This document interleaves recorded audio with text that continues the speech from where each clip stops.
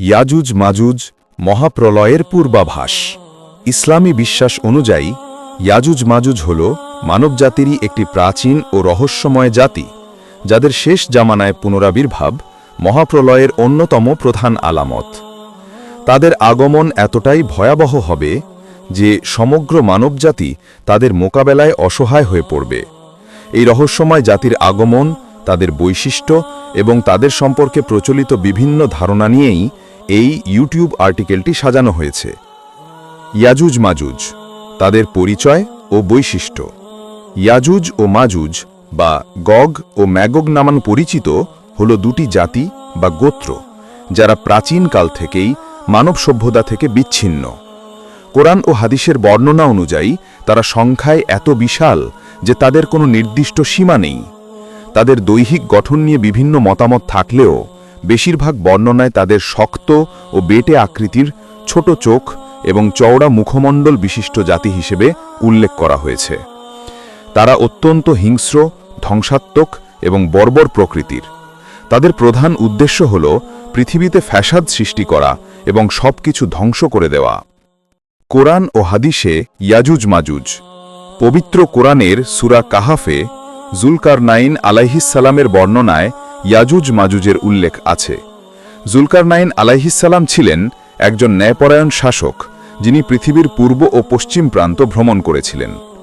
এক পর্যায়ে তিনি এমন এক স্থানে পৌঁছান যেখানে দুটি পাহাড়ের মাঝখানে এক দুর্বল জাতি ইয়াজুজ মাজুজের অত্যাচারে অতিষ্ঠ ছিল।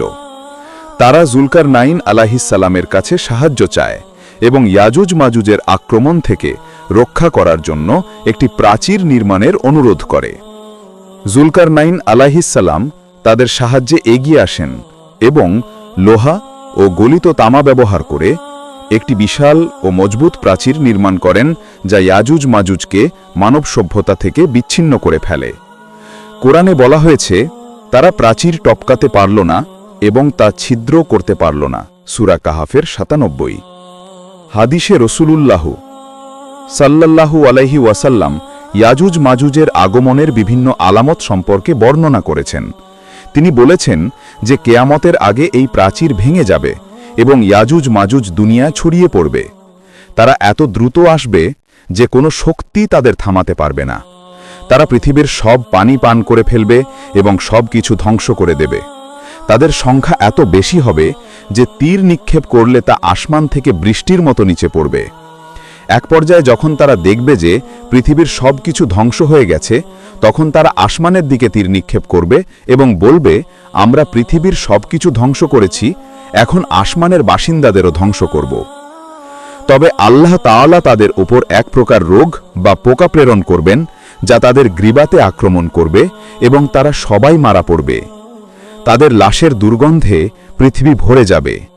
এরপর আল্লাহ তাআলা বৃষ্টি বর্ষণ করবেন, যা তাদের লাশ ধুয়ে সমুদ্রে ফেলে দেবে। বর্তমান যুগে ইয়াজুজ ও মাজুজ। বর্তমানে অনেকেই ইয়াজুজ মাজুজের আবির্ভাবকে আধুনিক বিশ্বের বিভিন্ন ধ্বংসাত্মক শক্তির বা আদর্শের প্রতীকী অর্থে ব্যাখ্যা করার চেষ্টা করেন। তবে ইসলামী বিশ্বাস অনুযায়ী তারা একটি নির্দিষ্ট মানব গোষ্ঠী, যারা কিয়ামতের আগে অবশ্যই আবির্ভূত হবে। তাদের আগমন মহাপ্রলয়ের এক ভয়াবহ চিত্র তুলে ধরে, যা মানব জাতিকে আল্লাহের স্মরণ এবং সৎপথে চলার গুরুত্ব স্মরণ করিয়ে দেয়। ইয়াজুজ মাজুজের গল্প মানবজাতিকে শিক্ষা দেয় যে পার্থিব শক্তি যতই প্রবল হোক না কেন, আল্লাহের শক্তি চূড়ান্ত। আমাদের উচিত সৎকর্ম করা এবং কিয়ামতের জন্য প্রস্তুত থাকা।